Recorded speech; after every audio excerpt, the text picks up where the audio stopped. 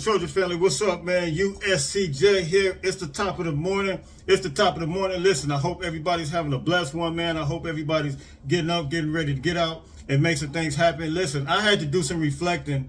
I had to do some thinking, and I had to really consider some things because I probably, like a lot of you guys, most of you guys, was kind of getting concerned about the D line, the rush-ins, the guys that seem to be having no major injuries, but just having some knick-knack injuries, and it appears that they're just, we're kind of going through some rough times as it relates to our D line, and it seems like the coaches were getting a little frustrated as well. But I had to reflect, and I had to really consider some things, and I had to think about this from a different perspective, and I had to go back. And you guys remember a couple of months ago, I did a story about our offensive line, and I wanted to give you guys those numbers again. If you remember, PFF ranked the offensive line, and they picked our offensive line as a whole, as one of the best returning offensive lines in the country.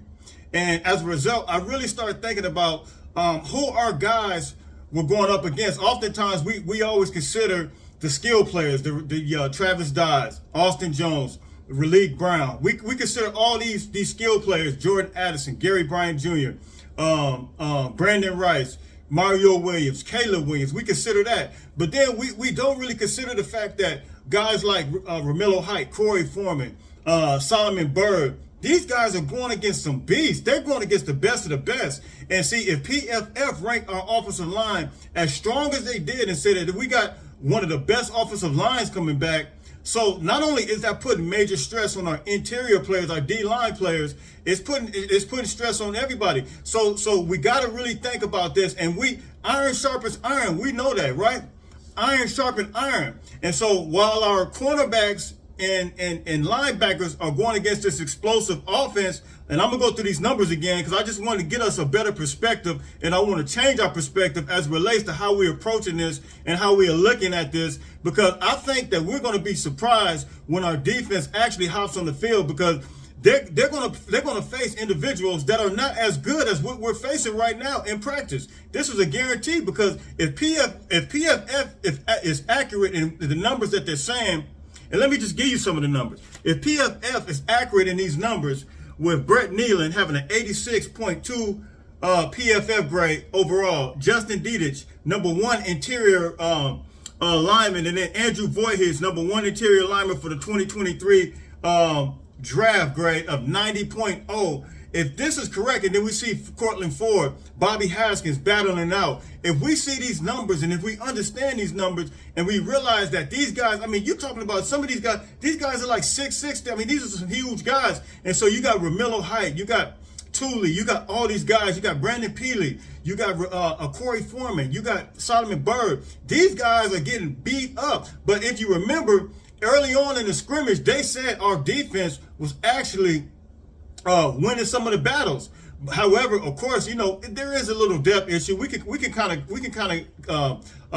agree to that. There's a little depth issues, but at the same time, we understand that they're going up against the best of the best. And I think when it's going to prepare us when we face teams like Notre Dame, because they got great offensive linemen. They got one of the best offensive linemen in the country. But I think ours coming back, and as skilled and as versatile as ours is, and as physical as ours is, I think this is really preparing us for battle. Sometimes, when boxers, they get sparring partners. I've heard sparring partners when they box. I've heard sparring partners come in and knock some guys out that are preparing for a fight because they tried to get some of the best, and as a result, the work was so good for them that they messed around and got knocked out. However, they went on a fight and they went on to win, but they just got knocked out in the process of, preparing for the fight. So this is the same type of concept. This is the same type of thing I believe that USC defensive line, and it's going to surprise people when they see our defensive line and our rush ends and our players,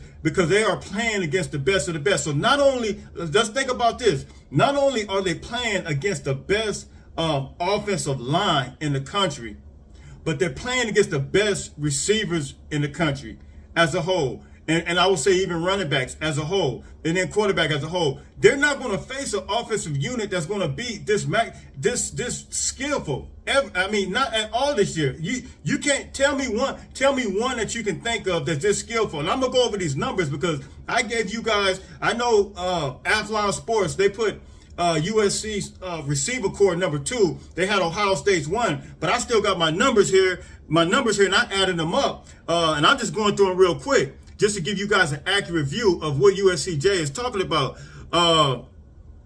Jordan Addison, his returning yards, 1,500 yards. Mario Williams, real quick, 380 yards. Gary Bryant Jr., 570 yards. These are guys, this is the yards that they got. This is all the production that they got. Brandon Rice, 299 yards. Kyle Ford, 252 yards. Terrell Bynum, 436 yards. Taj Washington, 602 yards.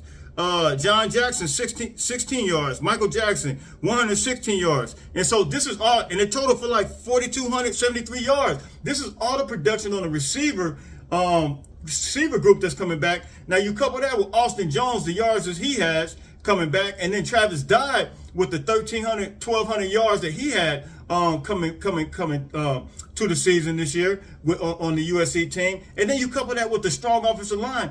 Our defense is being stretched to the limit right now. And the thing about it, I love what the coaches are doing because they are pushing them to the limit. They are allowing this stuff to be pushed to the limit to a point to where some of these guys are getting knick-knack up. Now, some good news that we do have. Corey Foreman is coming up. He's coming up. He practiced yesterday. And so it appears that he's back in business. You know, we weren't sure if he was going to be out. So Corey Foreman is back out. Romello Height, he's not just a serious injury, but he still has the yellow jersey on. But Romello Height had the yellow jersey on, and so we got some guys. We got some guys coming back. We got Corey Foreman, and it appears that Corey Foreman is working now with the second team defense, which is a good thing. And you guys know, if you guys remember, do not forget this. USCJ picked Corey Foreman as my defensive player, breakout player of the year, and I hope he just stays healthy. And then I picked Raleigh Brown as my offensive player. I want you guys to remember that because I think those two guys should be able to break out. I think they're going to be something special. But this is just to comfort our thoughts and comfort our minds, because it's easy for all of us, and I'm guilty of it too. We have been so lost in the sauce. You know, it's like we have trauma, man. We have trauma. We've been traumatized, and so sometimes the flashback of being traumatized tries to come back and attack us in the mindset. But we got to remember and reflect that these guys are really facing something special right now. They're facing something special, and they're battling. And so, man, listen, like, share, subscribe. USCJ32 on Instagram. I'm coming back tonight. I'm gonna be at a special event tonight. I want you guys to check it out. I'm trying to figure out if I'm gonna go live or if I'm gonna go just record it. So you guys hit me in the comment section. Tell me what you think. USCJ32. You guys see I'm in the hotel room. I'm not at my normal place. So hit me in the comment section. Tell me what you guys think. Is our defense being prepared for the best of the best with our offense? Like, share, subscribe. USCJ32 on Instagram. USCJ32 on Twitter. Fight on.